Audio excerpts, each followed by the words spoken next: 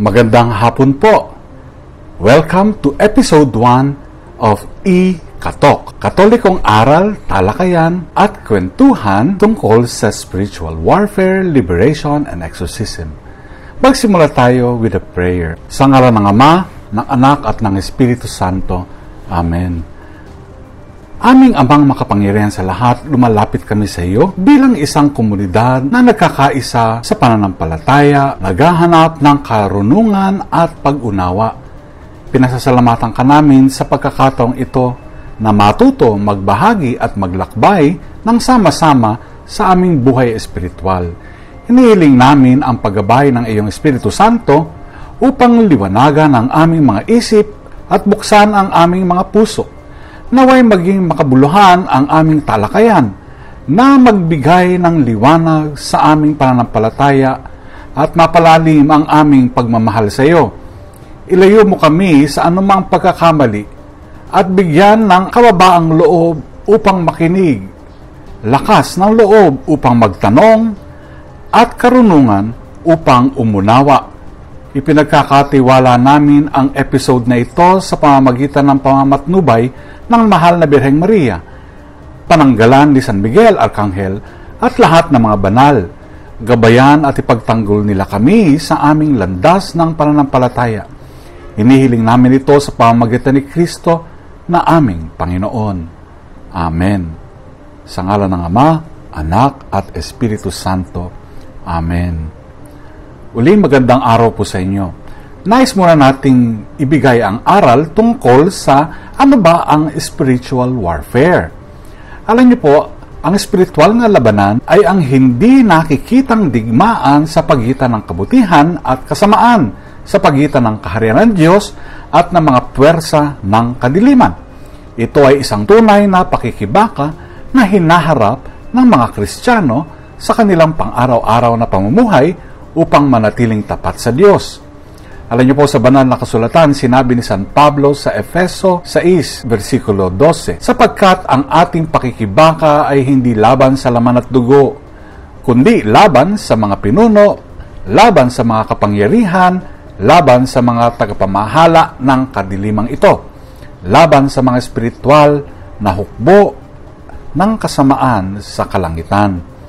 Alam niyo po, ang labanang ito ay nangyayari sa tatlong antas. Una, sa personal na antas, ang pakikibaka laban sa tukso, temptations, kasalanan at kahinaan ng tao. Nililinlang po kasi ni Satanas ang tao upang ilayo siya sa Diyos. Ikalawang antas ay sa moral at social na antas. Ang pagkakasira ng pagpapahalaga, pagpapalaganap ng maling paniniwala at pagsasapormal ng kasalanan. Ang pangatlo po ay supernatural na level. Ang direktang pag-atake ng masasamang espiritu gaya ng pag-aapi, obsession o possession.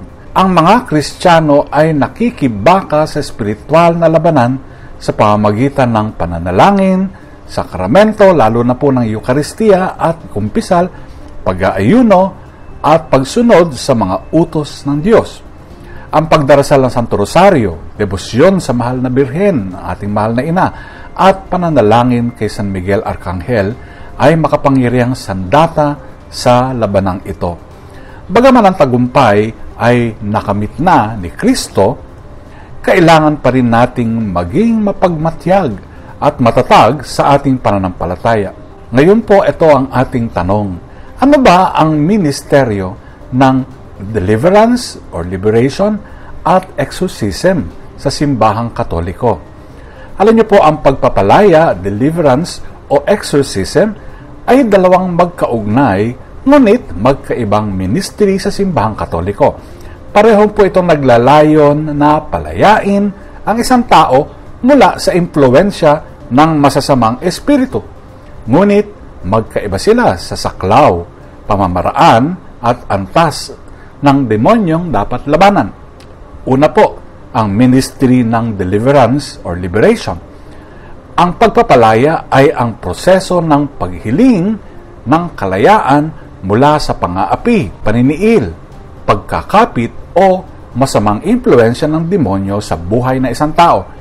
Hindi ito nangangahulugan ng pagsapi, kundi maaaring sa anyo ng patuloy na tukso, panggugulo, o paghawak ng demonyo sa ilang aspeto ng buhay ng tao.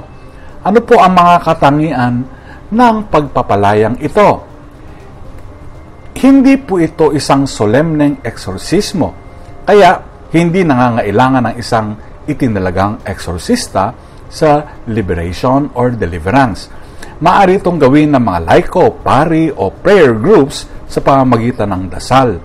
Alam niyo po, kadalasan may kasamang pagtalikod sa kasalanan, renouncement of sin, pagpapagaling ng mga sugat ng nakaraan, healing of woundedness, at pagtawag sa kapangyarihan ni Kristo upang makalaya mula sa espiritual na tanikala. Karaniwang ginagamit na pananalangin sa pagpapalaya ay ang panalangin kay San Miguel Arcangel, panalangin ng pagtakwil, at ang panalangin ng pagbibigkas. Halimbawa, sa ngalan ni Jesus, tinatalikuran ko ang espiritu ng takot. Ang pagpapalaya ay malapit na konektado sa pagbabalik loob at pagbabalik sa buhay ng grasya. Kadalasan, ang mga nakaranas ng pang-aapi ng demonyo ay nakakahanap ng ginhawa sa pamamagitan ng madalas na pangungumpisal, frequent confessions, pagtanggap sa Eucharistia, at pagpapalalim ng buhay panalangin. Ano naman ang ministry ng exorcism? Ang exorcism ay isang espesyal na ritual na ginagawa lamang ng isang paring na italaga ng obispo upang maging isang exorcist. Ito po ay itinalaga ng obispo upang palayasin ang demonyo sa isang taong sinapian. Ito ay isang formal na seremonya ayon sa Rituale Romanum ng simbahan. Ano ang mga uri po ng exorcism? Una, ang minor exorcism. Ito po ay panalangin na binibigkas sa mga binyagan upang alisin ang impluensya ng demonyo. Ang exorcism na major or major exorcism, ito po ay opisyal na ritual na ginagawa ng isang exorcist na naitalaga ng obispo para sa mga kaso ng ganap na pagsapi. Ano ba ang mga palatandaan ng pagsapi ng demonyo? Alam niyo po, bago isagawa ang exorcism, ang simbahan ay nagsasagawa ng masusing pagsisiyasat upang matiyak na hindi ito isang isyu na medikal o psychological. Ang ilang klasikong palatandaan ng pagsapi ay number 1, ang pagsasalita ng mga hindi alam na wika, hindi pangkaraniwang lakas. Ang ikalawa, pagkakaroon ng kaalaman sa mga bagay na hindi alam ng isang ordinaryong tao. Ayan ang pangatlo. Pang-apat, matinding pag-ayaw o aversion sa mga banal na bagay. Halimbawa, against the crucifix or against the holy water, the sacramental water. Ano po ang tungkulin ng isang exorcist? Ang isang eksorsista ay isang paring may pahintulot ng obispo at may espesyal na pagsanay sa teolohiya, psikolohiya at espiritual na labanan. Ang ritual ng eksorsismo ay una binubuo po ng paghahanda. Ito po ay pagsisiyasat at pananalangin ng eksorsista bago simulan ng ritual. Ikalawa, ang ceremony ng exorcism.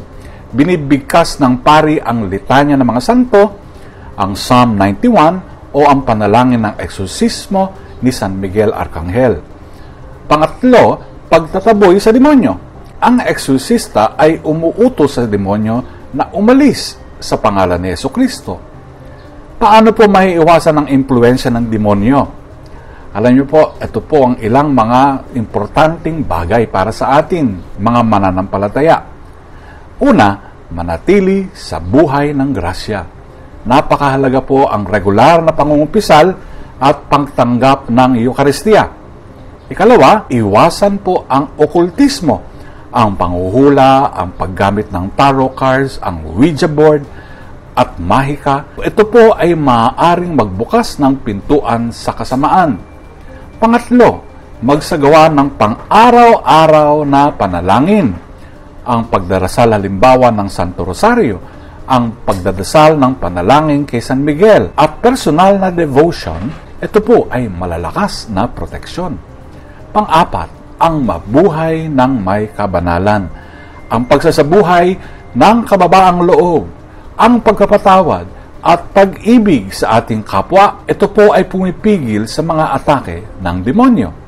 Alam niyo po sa huli, ang ministeryo ng pagpapalaya at eksorsismo ay umiiral hindi upang bigyan ng kapangyarihan ng kasamaan, kundi upang dalhin ang tao pabalik sa tunay na kalayaan kay Kristo.